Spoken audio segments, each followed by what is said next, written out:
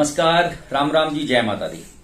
मैं आचार्य वीरेंद्र एस्ट्रो वास्तु गुरु YouTube channel पर आपका स्वागत करता हूं, हार्दिक अभिनंदन करता हूं। आज की इस वीडियो में मैं आपको कुछ ऐसे सूत्र दे रहा हूं जो आपके जीवन की दिशा और दशा को बदल देंगे। आपके जीवन में हमेशा सफलता आपकी कदम चूमेगी, लक्ष्मी की कृपा आपके ऊपर हमेशा बनी रहेगी, आपका आत्मविश्वास बना रहेगा और आप अपने जीवन की दौड़ के अंदर सबसे आगे बढ़ जाएंगे। ऐसी कौन सी चीजें, ऐसे कौन से टूल्स हैं, ऐसी कौन सी टेक्नोलॉजी है, ऐसी कौन सी विशेषताएं हैं जो अगर आप फॉलो करते हैं तो आपका जीवन बढ़िया हो जाएगा। वीडियो को अंत तक जरूर देखिएगा। आपने अभी तक अगर हमारा चैनल सब्सक्राइब नहीं किया है तो सब्सक्राइब अभी तुरंत कर दीजिएगा ताकि जो भी नोटिफिकेशंस हैं ये आपको मिलते रहें। इसके अलावा अब मैं आपको इंस्टाग्राम पर भी अवेलेबल हूं, वहां पर भी ऐसी बहुत सारी जानकारियां जो हैं ये आपको वहां पर मिल सकती हैं। चलिए अब मैं चर्चा करूंगा हमारे जीवन में सफलता के मूल मंत्र, सक्सेस कैसे मिले, सफलता हमें कैसे मिले। देखिए, basically those who are the successful person, they are not doing the different things, they are doing the same things but differently. जो असाधारण लोग होते हैं चीज वही करते हैं लेकिन उसको करने का तरीका उनका अलग अलग होता है। सबसे पहली बात, अगर आपने अपने जीवन में सफल होना है तो आपको अपना आंख, कान और दिमाग ये हमेशा खोल करके रखना चाहिए। यानी आपके जीवन में खुलापन। आप बहुत तरीके से, अगर आपके आसपास जो भी घटनाएं हो रही हैं, अगर आपको उनकी जानकारी है, अगर आप अपने को अपडेट और अपग्रेड करते हैं, तभी आप जीवन में सफल हो पाएंगे। पुरानी टेक्नोलॉजी की अगर आप चल रहे हैं, पुराने टूल्स को अगर आप यूज करते हैं, पुरानी मशीनरीज को अगर आप यूज कर रहे हैं, तो आप उस दौड़ के अंदर अपने आप को नहीं संभाल पाएंगे। इसीलिए अपने आप को हमेशा रोज ए लिटिल प्रोग्रेस एवरीडे, रोज हमें थोड़ा थोड़ा करके हमें आगे बढ़ना है। और आगे हम कैसे बढ़ेंगे? जब हम अपने आप को अपडेट और अपग्रेड करेंगे। नई टेक्नोलॉजी, नए टूल्स, नई चीजें, जो सिस्टम है उसको हमें अपडेट जो है ये करते रहना चाहिए। आप जिस भी फील्ड के अंदर हैं उस फील्ड की पूरी नॉलेज यानी ज्ञान ये आपको जरूर होना चाहिए। अगर आप खुद ही आधे अधूरे हैं तो आप अपनी फील्ड में कभी भी आपको जो आत्मविश्वास है वो नहीं बन पाएगा।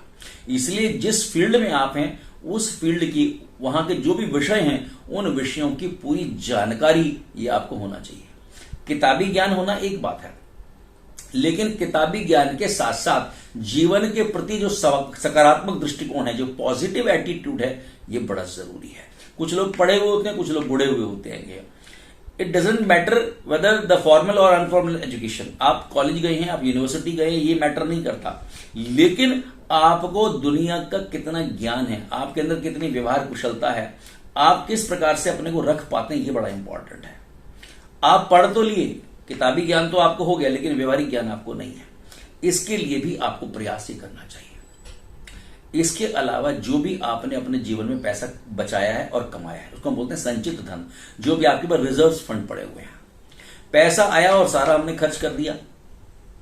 जो व्यक्ति अपनी बचत में से कुछ पैसा बचा करके चलता है बुरे समय के लिए, खराब समय के लिए, सब दिन नहीं एक समाना, सारा समय एक जैसा नहीं होता। अगर भगवान ना करे कभी बुरा समय आ गया और आपके पास पैसे नहीं है तो आपको किसी के सामने हाथ फैलाना पड़ेगा।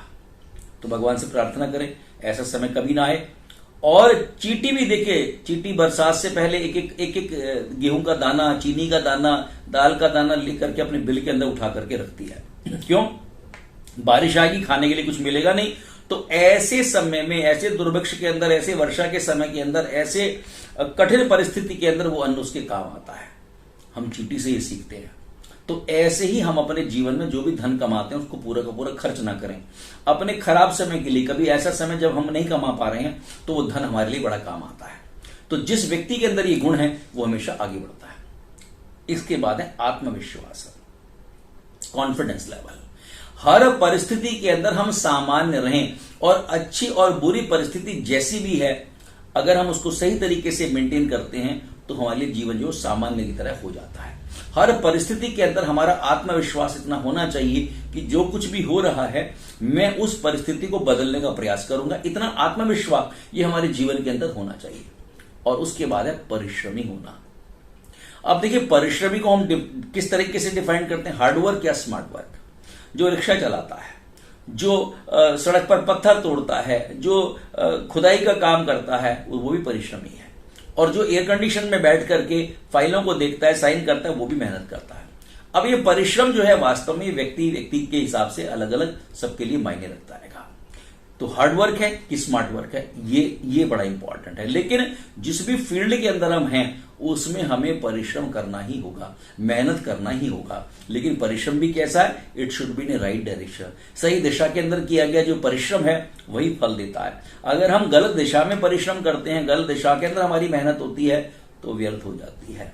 इसलिए दिशा का ज्ञान हो और परमात्मा का नाम लेकर के हम परिश्रम करते हैं तो उसका फल मिलेगा, देरी से मिलेगा लेकिन मिलेगा जरूर। और दूसरी बात यह है कि परिश्रम का कोई ऑल्टरनेट नहीं है, उसका कोई सब्स्टिट्यूट नहीं होता है। परिश्रम का जो फल है ये हमेशा मिलता है।